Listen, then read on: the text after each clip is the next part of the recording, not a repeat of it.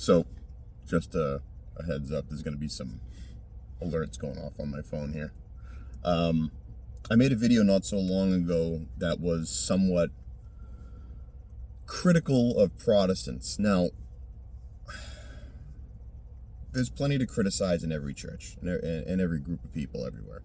And I'll be honest with you, I did not want really to make the video because I found it counterproductive.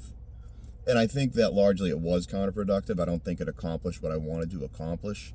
And maybe that's my tone or tenor or my lack of oratory skill. I'm not sure. Maybe a combination of all of the above. But I do want to, in good turn or, in fairness, kind of highlight what I think is good about Protestant churches, or what I think apostolic churches could probably learn from. Now, I know that apostolic churches obviously use Sunday traditionally for divine liturgy. And if you're paying attention and if you know what's going on and you're studying on your own, divine liturgy is a wonderful teaching tool. There's Bible readings and things like that. But I'll say this, I think that Protestant churches excel in putting forth effort in teaching the Bible. There's lectures, there's sermons. I've been in Protestant churches where, the children are dismissed to Sunday school and the parents start Sunday school, basically. I mean, notebooks come out, highlighters, the preacher's dropping a map, you know what I'm saying, on the dais. It's a pull-down map, and he's got the stick with the rubber thing on the end. He's pointing out historical sites, and, people are extremely engaged, and there's conversations, and, I think it's wonderful. I think that Protestant churches are very, very good at teaching the Bible, at least teaching the Bible in their tradition, I guess would, and I'm not trying to be condescending.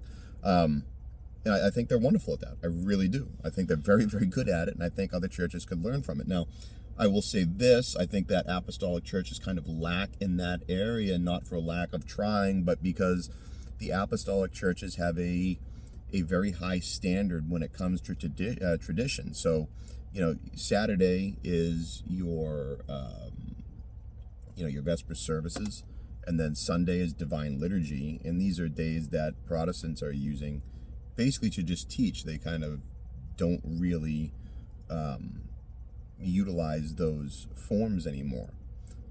So, of course, they're going to be better at teaching. Now, apostolic churches do Bible studies. They're usually weekdays or weeknights.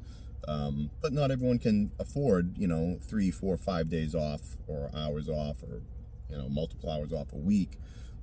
People work, So I have noticed that in the apostolic churches that people are, although eager, and they do study on their own, they're probably not as versed in every jot and tittle of the Bible as a Protestant is. Okay, there it is, I told you. So basically my point in case is I'm not trying to bash Protestants or apostolic churches. I just think that, in a perfect world, and I'm not an ecumenist, again, in a perfect world, I would view the churches not as separate entities, but almost as separate holy orders, like the Templars versus the Hospitallers. You know what I'm saying? They're on the same team. They just have different bylaws, different missions, kind of thing. I would love to see, Protestant churches folded into apostolic churches, because I think they would bring,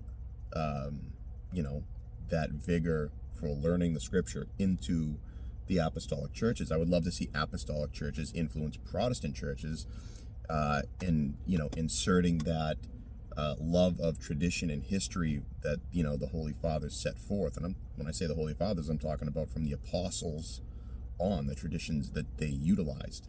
The teachings and traditions they found important, I think we should still find important today.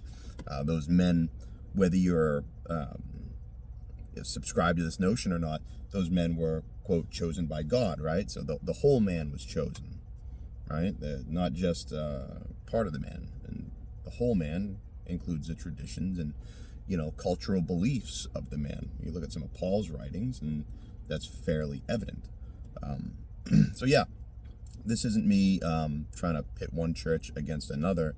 I just wanted to take a moment to kind of highlight what I think is good about Protestant churches. And there is a lot good about Protestant churches. I know plenty of Protestant people that are good, devout Christians, better Christians than I am.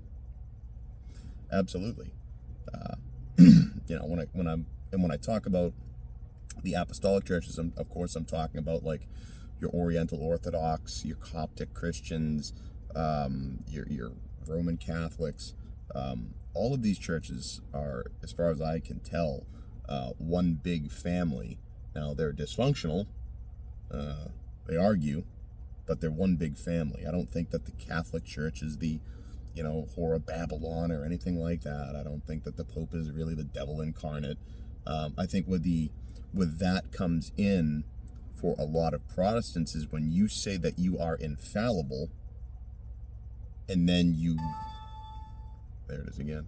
When you say you're infallible, and then you provingly make mistakes, you kind of shoot yourself in the foot. You know what I'm saying? Whereas in the Orthodox Church, for example, even the saints, sainted men, are not considered infallible. Bishops can be wrong. There's been plenty of times in history in the Orthodox Church, where, the parishioners, because the priest did something that they considered heretical, got up and escorted the priest and or bishop right out of the church. You know what I'm saying? Rather forcefully. So that's what basically with the Catholics, I think the problem they run into is when you set the bar that high. I am the vicar of Christ on earth. I am, the guy. I am basically, the stand-in for the big man. Then you have to be perfect. And if you're not perfect, then you're like I said, you're shooting yourself in the foot. So there's that. So I get the Protestant critique there. I really do.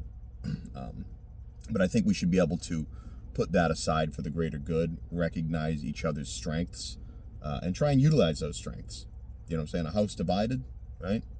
We should make every effort to be unified as much as we can without sacrificing our core beliefs and doctrines.